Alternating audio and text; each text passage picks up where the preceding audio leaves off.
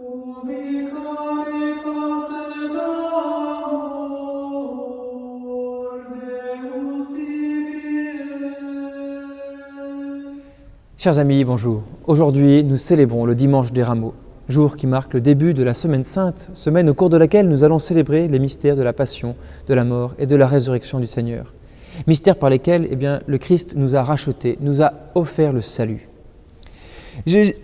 Jésus est acclamé aujourd'hui par la foule.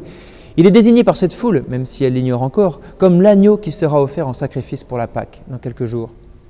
Et cela devait en être ainsi. Jésus avait déjà été désigné par son cousin Jean-Baptiste comme l'agneau qui enlève le péché du monde.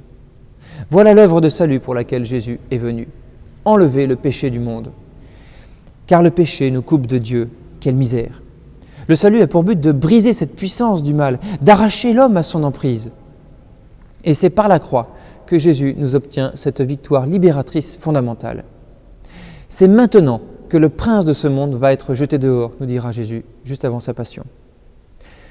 Cependant, la suppression du mal n'est que la face négative de l'œuvre du salut. En effet, le salut n'est pas que la libération du péché. Ceci est le préalable à l'œuvre ultime du salut, qui est la communion avec Dieu. Jésus n'est pas venu seulement nous libérer de la mort et du péché, il est venu nous communiquer la vie, nous communiquer sa vie. Je suis venu pour qu'ils aient la vie, qu'ils l'aient en abondance. Nous sommes loin de la pensée déprimante du philosophe Heidegger qui disait que l'homme est un être pour la mort. Certes, l'homme est mortel, mais il n'est pas fait pour la mort, mais il est fait pour la vie.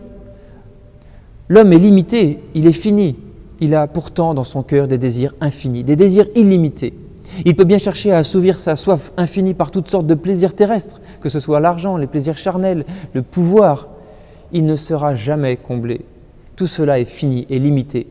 Seul Dieu qui est infini, seul Dieu est proportionné au cœur de l'homme et à ses désirs infinis. L'homme a un désir de vie et de vie infinie. Eh bien c'est cela que Jésus nous apporte par son salut. La vie éternelle commence dès ici-bas. La vie éternelle, dira Jésus, c'est qu'ils te connaissent, toi le seul vrai Dieu. Le salut offert par Jésus est donc la vie éternelle, et cette vie réside dans la connaissance du Père. Alors attention, la connaissance biblique est bien différente de la connaissance gnostique, une connaissance intellectuelle, une connaissance qui serait extérieure à nous. Connaître au sens biblique désigne une expérience vitale, une expérience intime, comme la connaissance intime, charnelle des époux. Connaître Dieu, c'est entrer en communion intime avec lui, en communion de pensée, en communion de vouloir, d'agir, en communauté d'intérêts pleinement reconnue. Il s'agit de la connaissance unitive, qui n'est possible que dans la communion divine et dans la mesure où l'on en vit. Elle implique la participation à la vie de Dieu, et c'est cela, la vie éternelle. Cette initiative vient de Dieu. Au mont Sinaï, Moïse voulait voir Dieu, c'est-à-dire qu'il voulait entrer dans sa connaissance, dans son intimité. « Mais l'homme ne peut me voir et vivre », lui répond Dieu. Jésus aussi dira une chose semblable. « Personne n'a vu le Père. Pour le voir, il faut recevoir l'Esprit Saint. La chair seule ne suffit pas. La chair, en Saint Jean, désigne cet état d'impuissance où se trouve l'homme pour entrer en communion avec Dieu et pour accéder à la vie. Un tel état ne peut être surmonté que par l'intervention de l'Esprit Saint, qui donne à l'homme le moyen de surpasser cette impuissance.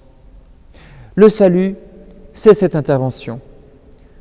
Pour mener les hommes à la vie, Dieu s'est révélé en Jésus-Christ.